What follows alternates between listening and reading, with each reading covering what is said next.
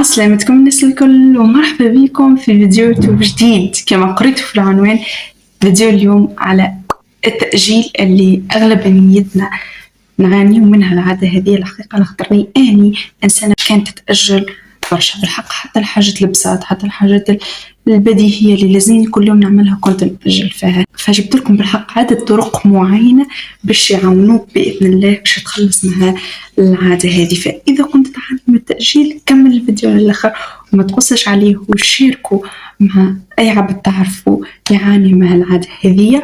وحط لايك واعمل اشتراك باش يوصلك كل فيديو جديد يعني نهار. Let's go.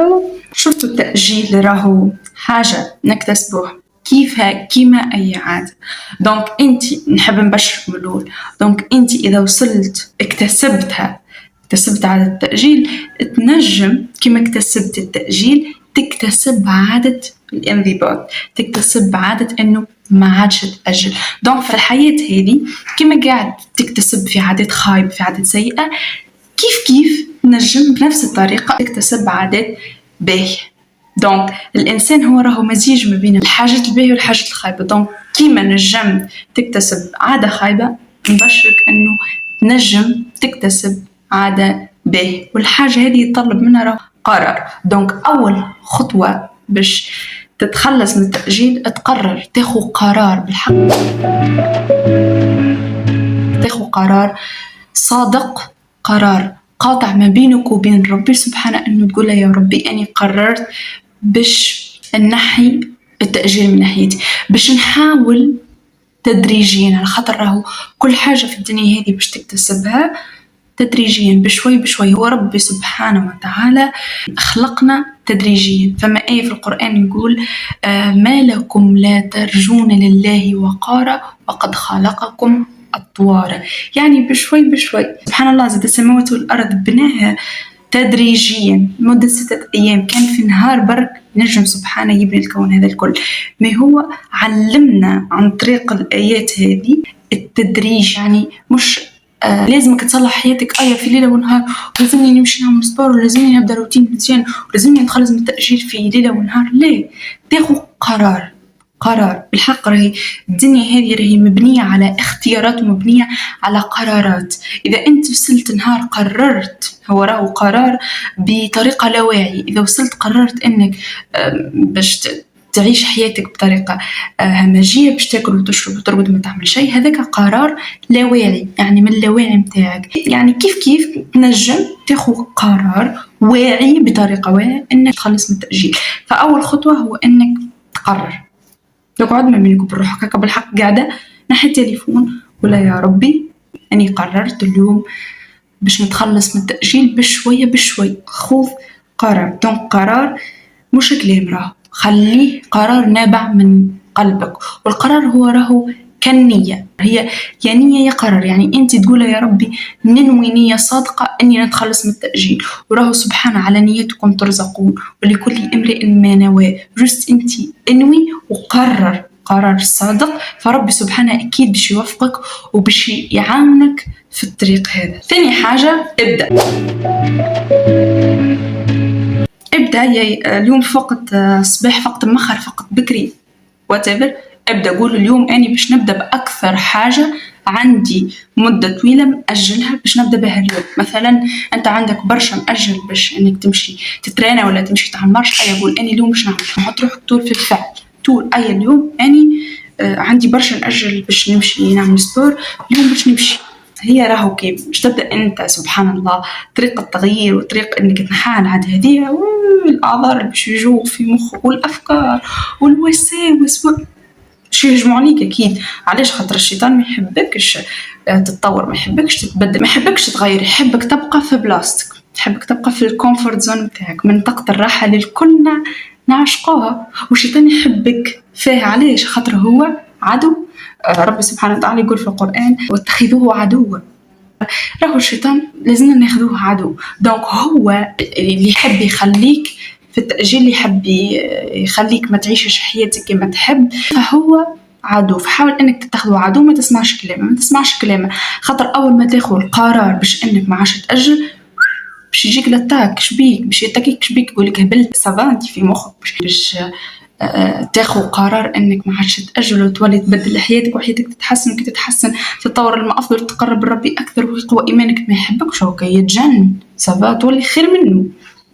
ما كي تكون في منطقة الراحة نتاعك اسمعت الكلام نتاعك، فحط روحك في الأكشن.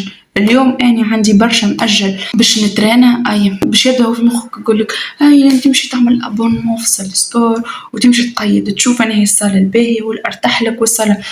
طفيه وامشي اعمل مارش، امشي اتمشى، امشي اعمل سبور في الدار، حط اليوتيوب واعمل سبور. دونك أي حاجة عندك مدة مأجلها أبدأ به. عندك مدة وانتي تأجل باش تاخد كتاب في مخك حاب تقراه، امشي خذ، حط روحك في الأكشن، حط روحك في الأمر الواقع. فهمت؟ فقط طول افترض أبدأ بأول حاجة مأجلها. كما أني بالضبط، أني بعد 20 يوم من تأجيل ومن مماطلة ومن البخل ومن كل شيء، وقتها عندي برشا مأجلة باش نبدأ نصور، باش نحب نرجع نصور.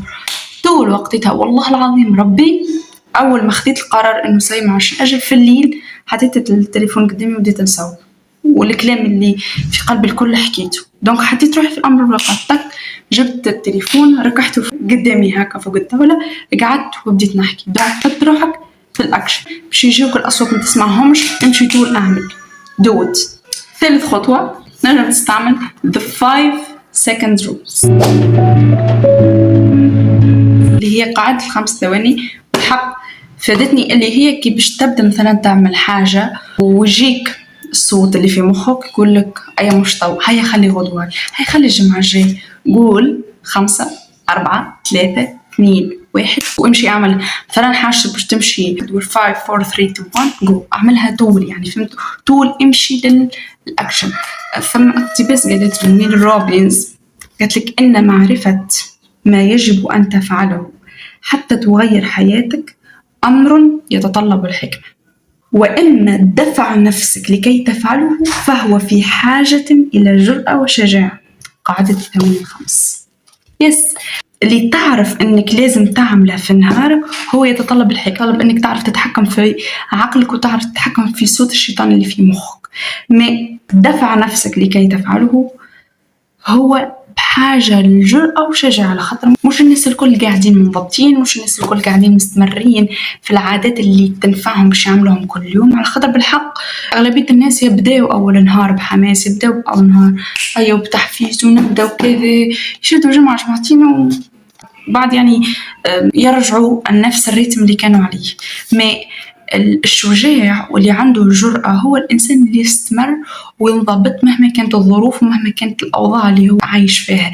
يعني مثلا إذا قال روحه أنا مثلا باش نعمل سبور كل يوم باش ينضبط يستمر. وذوك هم العباد بالحق الناجحين، كما مثلا كريستيانو. فما مرة وقت سألوه في مقابلة، طرحت بارت من سألوه وقتها في مقابلة، قال الناس الكل يقولوا لي إنه صح عليك كل يوم عندك مود باش إنك تمشي تعمل تتريننج. قال لا امبوسيبل، هذا يعني جنون. كيفاش أني كل يوم عندي المود وعندي نحب نمشي نتريننج؟ قال لك فما أيامات نكون حابب نمشي وفما أيامات نكون منيش حابب نمشي، بالرغم مني أني منيش حابب إلا أني نمشي. Nobody like to go to the gym every day. Just doing it every day. Yes, every day. Do you ever wake up and you say, I don't want to do it today? I fight against my mind. Yes, sometimes it's happened. We are all human beings. We are not happy every day. We are, not in a good mood every day. It's normal. It's part of us. What do you do to overcome that? I fight against that. It's the big challenge. It's when you're not willing to do something, but you have to do it. This is the main point. This is why I say our mind, it's a box of surprises, and you have to challenge yourself to be consistent. I repeat, sometimes it's hard. It's what many people say, you like to go to the gym every day. Of course no. It's not true. Nobody like to go to the gym every day. وفم تكمن الجرأة والشجاعة، وفم تكمن الانضباط. لخاطر نجموا انه في اوقات نبداو هكا فرحانين ومستمتعين بالحياة، والحياة بردية، ونبداو حاجتنا باش نمشي، ونبداو حابين نمشيو اكيد الناس الكل نمشيو نترينو، نمشيو نعملوا حاجة هكا تنفعنا الناس الكل. مي القوة فين؟ القوة وقت اللي ما حاجتكش باش تعمل، وقت اللي ما عينكش، ما حاجتك باش تعمل شيء، جست انك تشد التليفون نهار كامل وما تعمل شيء. وقتها تكمن الجرأة والشجاعة، وقتها تكمن هل فعلا انت انسان منضبط وانسان فعلا مكمل في الطريق هذا ولا. تاع لازم نعملها كل يوم تتطلب شجاعة، تتطلب جرأة. مثلا اني تو والله ربي شهد علي الفيديو اللي كان نصور فيه تو ما عينيش، ما حاجتيش باش نصور، ما شجعت روحي قلت يلا مش وقت اللي حاجتي نعمل، وقت اللي ما حاجتيش هي ما حاجتيش لو باش نصور يلا ما حاجتيش، لا كان باش نبقى نتبع في الهواء متاعي، مانيش باش نوصل لشيء، مانيش باش نعمل حتى شيء، خاطر هذاك هواء صوت الشيطان. مي الحاجة اللي ما حاجتيش بها هي نحبها، نعرف اللي حتى ولو عملتها واني ما حاجتيش بها بعد بمدة باش نكون فخورة بروحي ونقول والله هذيك هي الحاجة اللي خلتني ننجح واللي خلتني نقدم. هي فاك الأوقات اللي ما حاجتيش باش نعملها وعملتها. استعملوها بالحق قاعدة 5 ثواني. وقت اللي حاجتك باش تعمل حاجة، ما عانيش باش نقرأ كتاب، الكتاب برد علي، باقي نخمم نعمل ما نعملش تبدأ حتى تعد ما بينك وبين مخك راهو 5 4 3 2 1 let's go. جبت الكتاب وقريته. دونك the 5 second rules بالحق باش تعاونكم باش انكم تتخلصوا. يعني بيرسونال عاونتني واستعملتها، عاونتني باش نتخلص من procrastination. اخر حاجة التخطيط، البلانينج. أول ما تفيق في نهارك ولا قبل ما ترقد قبل بليلة خطط شنو باش تعمل في نهارك، على خاطر كلمة تخطط وما تكتبش مش التخطيط في المخ، خاطر كلنا نجم نخطط في مخاخنا وننسوا أصلا أمطوط شنو باش نعملوا. فاكتب نون والقلم وما يسطرون. دونك رب سبحانه ذكر القلم ماهيش عبثا، ذكر القلم باش نكتبو مثلا قبل بليلة، مثلا خذ ورقة وستيلو اكتب قول اني غدوة شنو لازمني نعمل وشنو الحاجات اللي باش نعملهم، اكتبهم باش غدوة اول ما تفيق تلقى شنو تعمل. ما فماش سبيس باش انه التأجيل يتحط في مخك، خاطر انت اوريدي عندك تخطيط وعندك ما تعمل في نهارك. ما كي تبدا ما تكتبش ما عندكش حاجات معينين باش تعملهم، اكيد باش يجيك التأجيل وتولي تأجل تقول هاي غدوة تعال نبدا كي نخطط تعال نبدا كي. بالحق ننصحكم انكم تخططوا لنهاركم قبل بليلة. أنا ننصح قبل بليلة على خاطر غدوة اوريدي تلقى شنو باش تعمل، ولا كي أول ما تفيق أول ما تحل عينك ورقة ستيلو تك تك تك شنو باش نعمل اليوم هكا كذا باش التأجيل ما يجيكش كفكرة أصلا، على خاطر اوريدي عندك شنو باش تعمل في نهارك.